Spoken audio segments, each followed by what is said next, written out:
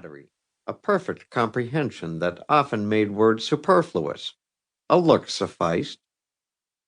They toiled up the steep, narrow path until they reached a wide trail, a carriage road that had been laid out and abandoned.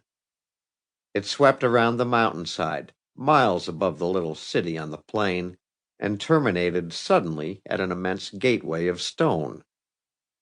Here the mountain had been torn asunder, and two palisades of gray-green rock rose grim and terrible for hundreds of feet, while between them, dashing over boulders and trees and the impediments of ages, a little stream rushed along in the eternal night at their base. Far away to the west, range upon range piled themselves against the intense blue sky.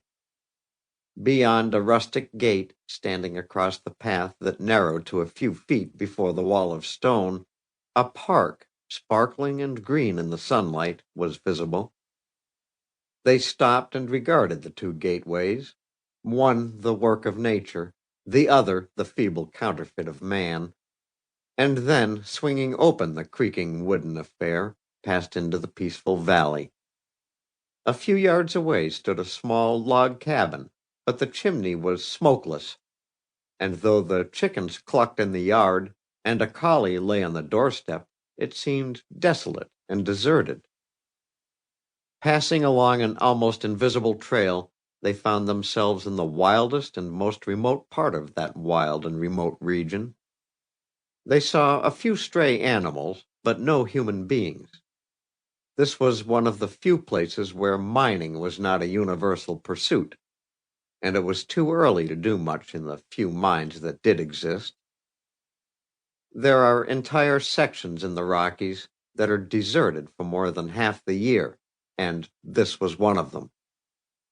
That day there was no one at the signal station. The keeper had gone down to the valley for fresh stores and to learn something of the terrific disturbances that were said to be threatening the entire eastern coast with annihilation. Perhaps the owners of the log cabin had made a similar pilgrimage. The scene was flooded with moonlight when the travelers passed the gate on their homeward way and sat down on a boulder a few yards without the frowning portal. The night was cold, and the woman had put on her jacket and sunk her numbed fingers in its pockets.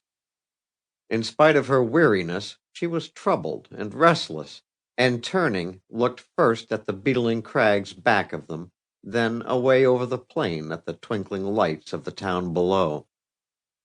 They heard indistinctly the sounds of bells ringing wildly, and overhead flocks of birds circled and called with shrill, uncanny voices.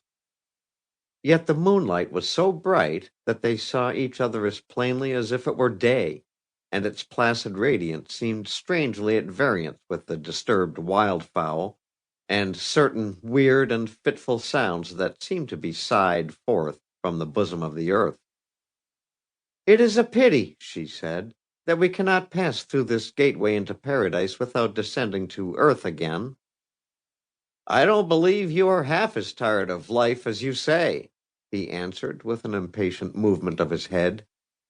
"You may not shrink from death as I do, or enjoy life so keenly, but isn't it a good thing to be alive tonight? Isn't it fine to be a mile or so above the rest of humanity and the deadly conventionalities? Aren't you glad you came?" She did not answer, but presently said dreamily, "Suppose that plain was the sea?" "It isn't hard to suppose," he answered. "I have seen the Pacific when it looked just so." "Oh, no," she said quickly. "Nothing is like the sea but itself. You will never persuade me that I love the mountains so well. And the plains, just imagine if all that gray, green silver were gray blue, with here and there a gathering crest of foam, racing to break in spray about these mountains." "Why, look," he said, drawing her a little to one side. "There is your liquid blue, with its white crest moving toward us. Could the real sea look more wonderful than that? It is blotting out everything. Now it recedes.